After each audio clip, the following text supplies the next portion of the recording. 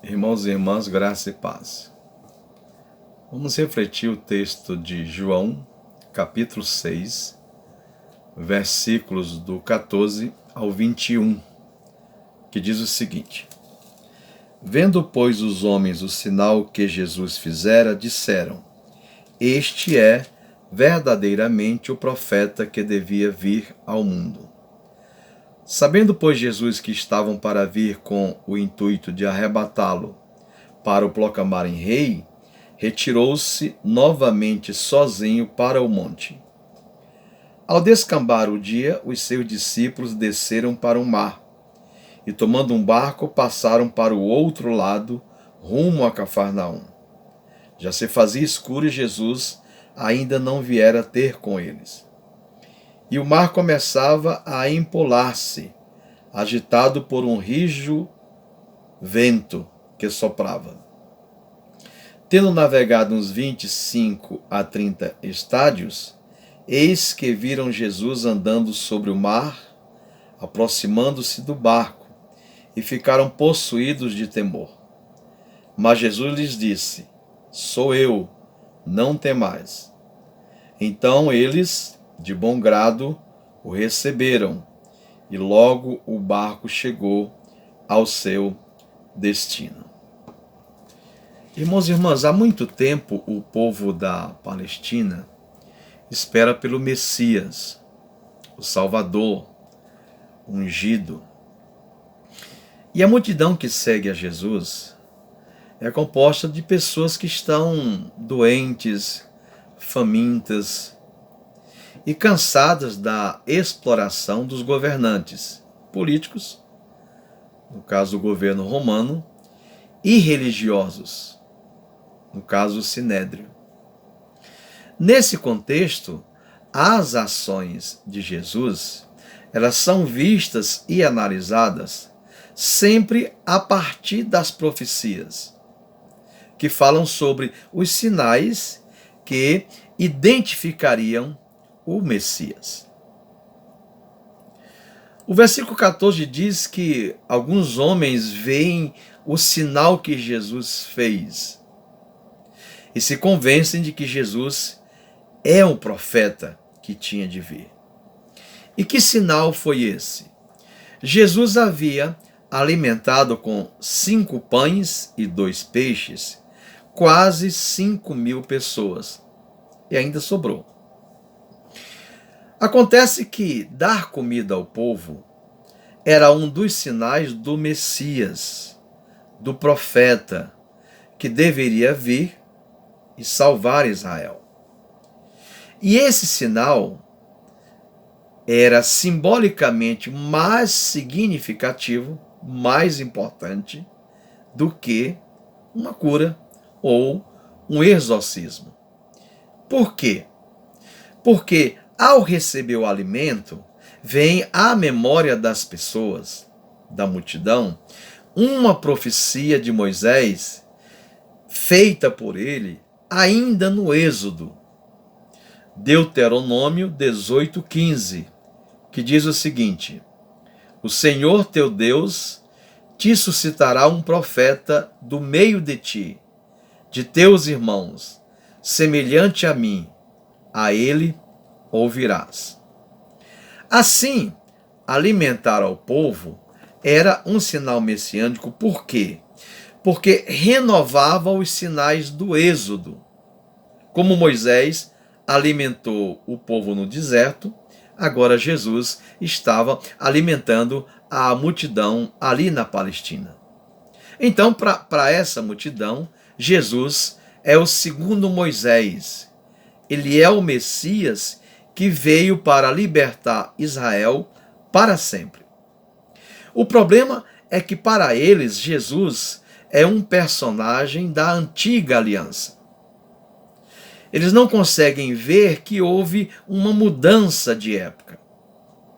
Portanto, não percebem que Jesus está anunciando um novo êxodo, um êxodo espiritual, um êxodo que significa a transformação espiritual de Israel. O versículo 15 diz que um grupo mais exaltado resolve arrebatar Jesus e proclamar rei. É importante a gente saber que estamos na época da Páscoa. Uma grande multidão está ali em Jerusalém. E esse grupo decide pegar Jesus e, mesmo à força, levá-lo a Jerusalém e lá coroá-lo rei. Jesus percebe então esse movimento no meio do povo e resolve então se retirar para o monte. Ele fica sozinho, refletindo sobre o que estava acontecendo. E algumas coisas que Jesus percebe, irmãos e irmãs, primeiro é que o povo, a multidão, estava projetando nele a sua própria concepção de Messias. O Messias que devia libertar o povo de Israel da dominação romana, como Moisés havia libertado os hebreus no Egito. Jesus percebeu também que o povo queria era um rei para resolver seus problemas materiais e políticos. O povo não queria, Jesus percebe, um rei no sentido religioso, mas no sentido do mundo, no sentido mundano. Então, a conclusão que ele chega é que a multidão havia mudado o sentido escatológico da sua missão para um conteúdo político.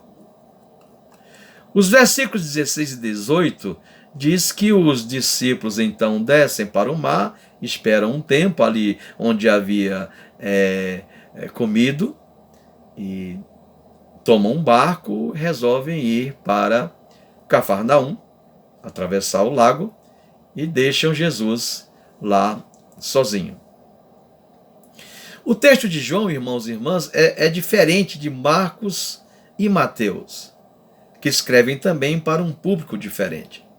Quando nós lemos o texto de João, nós temos a impressão de que os discípulos pensavam como o povo. Por quê? Porque eles eram judeus.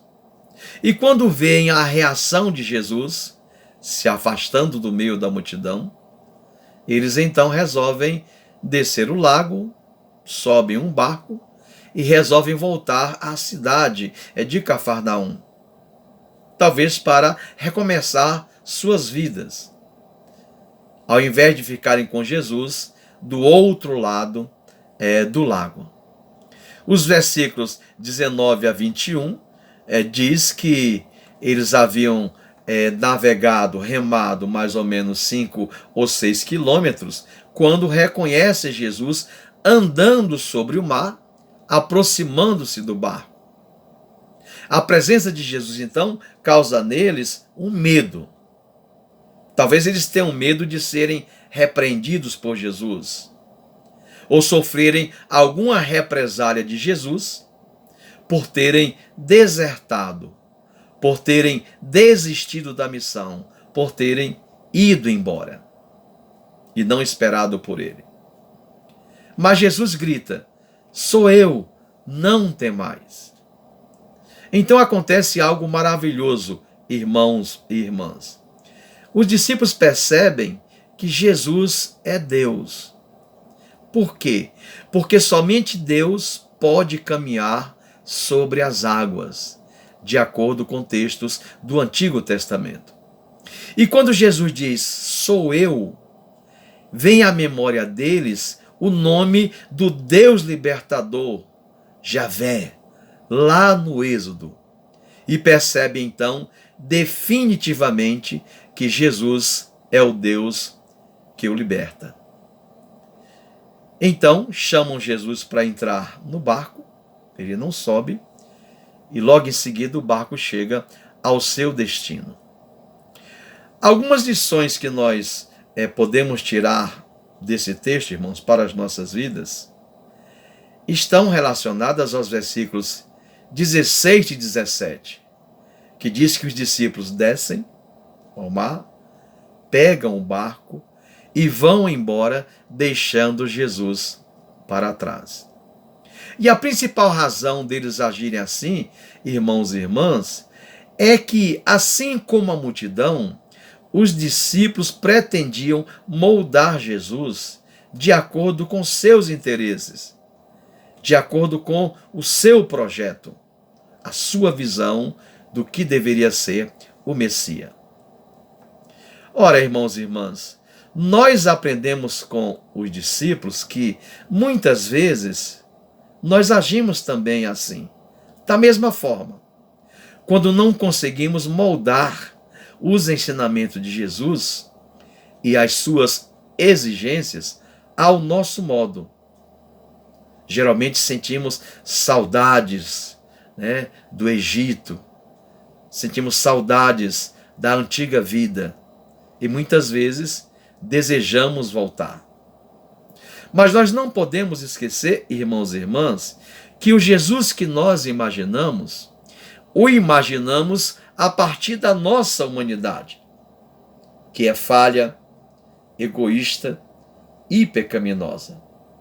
E Deus é o inverso de tudo isso.